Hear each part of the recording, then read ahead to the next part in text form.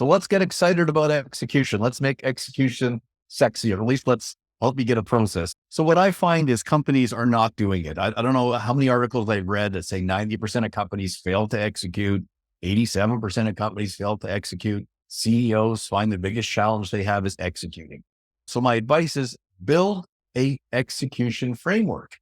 I have one that I share, and I'm going to share it with as an actionable thing because, interestingly enough, it's broken down into 3 steps. Mhm. One is you need to identify your critical success factors. What are the things you do really well? I call that the what. And you talked about that. I thought, oh, she actually telling you, you're exactly on it. It's the what. So what do we need to do to be successful? And really narrowing that down to 3 executable items. And second step of the framework is determining how you're going to get there, the hows. If you think the whats are difficult, they're not. It's the hows that are very difficult. I gave the example of improving planning or pre-call planning. One of the steps was training. The second step was we're going to coach. Each of our calls, we're going to coach on how well we did. We'll do some pre-call planning outside and then basically go through it as part of the coaching process, and we debrief the call. 1, determine what you want to do, identify your 3 critical success factors. 2, sales leaders out in the field supporting that. Mhm.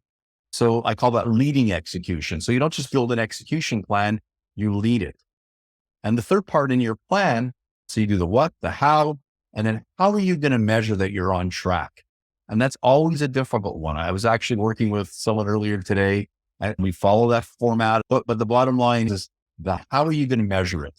I'm a very simplistic thinker and I try to boil it down into some very simple things. For example, we're working through a business planning process. And one of the critical success factors was to drive business in their top 15 accounts.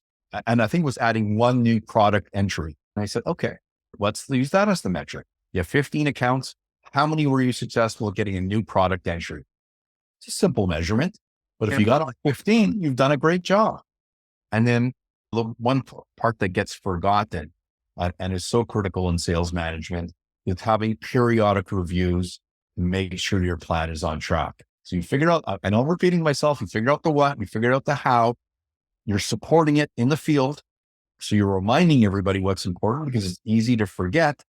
And then what you're doing is you're doing quarterly reviews on how you do against your metrics. Mhm. And to me, that is a simple yet effective framework. Most companies do not do any of that. So if you guys want to execute with excellence, this is a simple framework to help you get much better at it. I want to comment on what you said with your actionable because this is a very tactical. It's not even about the plan, but debriefing a sales call, right? And so when you're saying tangible, is we've developed a lot of checklists for companies because they actually think they're executing a really good sales call. But, and this is getting a little prescriptive, but we have a quote created by the company that if this question didn't get asked, then you missed an answer, which could possibly have led to a better solution or another question. But it's very tangible. So I think it's really important for everyone listening today that you keep revisiting the metrics, you keep revisiting it, because that's the piece I see that we might have the quarterly reviews, but this quarterly review, I've seen and observed where we're reviewing this set of metrics. And then the next quarter, reviewing this set of metrics.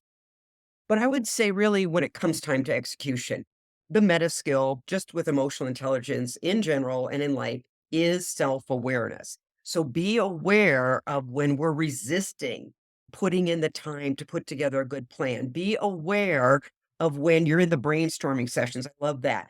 And you're dismissing someone else's idea because they're analytical or they just have a different thinking style. So I think self-awareness is really important on understanding why I'm not putting a plan together and then why I'm not executing it after that. The second one is in the psychology world and in the emotional intelligence world, we call it reframing. So you're right, execution can be arduous. It may be not that easy, maybe not that sexy. So reframe it to say, what's good about that? Because here's what I found with anything that's hard in life, if you reframe it to embrace and to say, this is great, it's hard, most people won't do the hard stuff. So the fact is, execution's hard. Yay, because that's going to be our competitive advantage. This team, I love this it. sales leader does the hard stuff. So that would be my advice.